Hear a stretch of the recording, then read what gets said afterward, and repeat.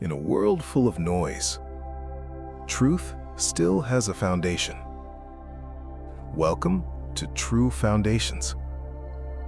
In the opening pages of Scripture, there stands a tree that many readers notice, but few truly stop to consider. It appears quietly in Eden. It disappears behind guarded fire. And then, at the very end of the Bible, it appears again. The tree of life is not decorative. It is not symbolic filler. It is one of the great structural pillars of the biblical story. And once you see its pattern, you begin to notice something remarkable. The story of Scripture is, in many ways, the story of the way back to the tree. When we return to the garden in Genesis chapter 2, the tree of life is introduced with remarkable restraint. There is no dramatic announcement, no extended explanation. The text simply tells us that in the middle of the garden, the Lord God caused to grow every tree that was pleasing to the sight and good for food. And among them was the tree of life. This quiet placement is intentional, because in Scripture, what is placed in the center is rarely there by accident. The tree of life stands at the heart of Eden, not merely as vegetation, but as a living signpost of divine life flowing into the human world.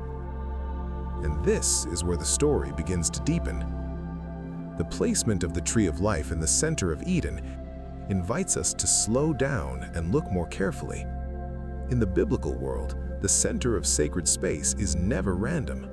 Later in Israel's story, the tabernacle would be built with careful layers of approach, and at its heart was the most holy place, the Hamakom Hakadosh Bayater, the place of deepest divine nearness. What Genesis quietly presents, the rest of Scripture begins to develop. Eden is not merely a garden.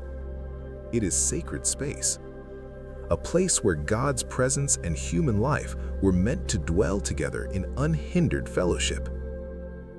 And at the center of that sacred space stands the tree of life, not as decoration, but as a living symbol of life flowing from God Himself.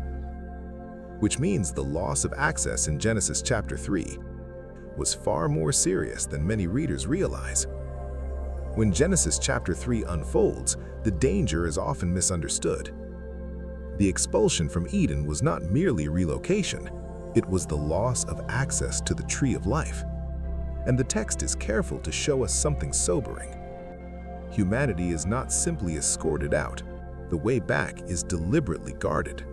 Cherubim are stationed at the east of the garden, and a flaming sword turns in every direction to guard the way to the tree of life.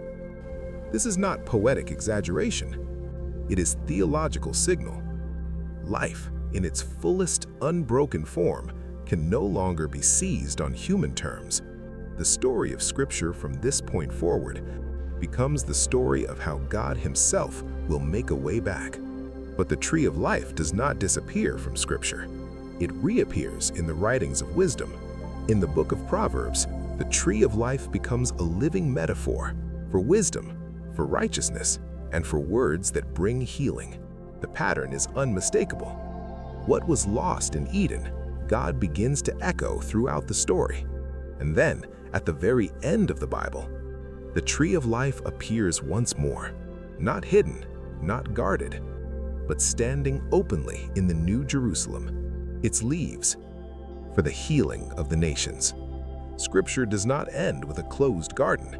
It ends with restored access, which means the story of the tree of life has always been pointing forward to restoration, forward to renewal, forward to the day when life flows freely again from the presence of God.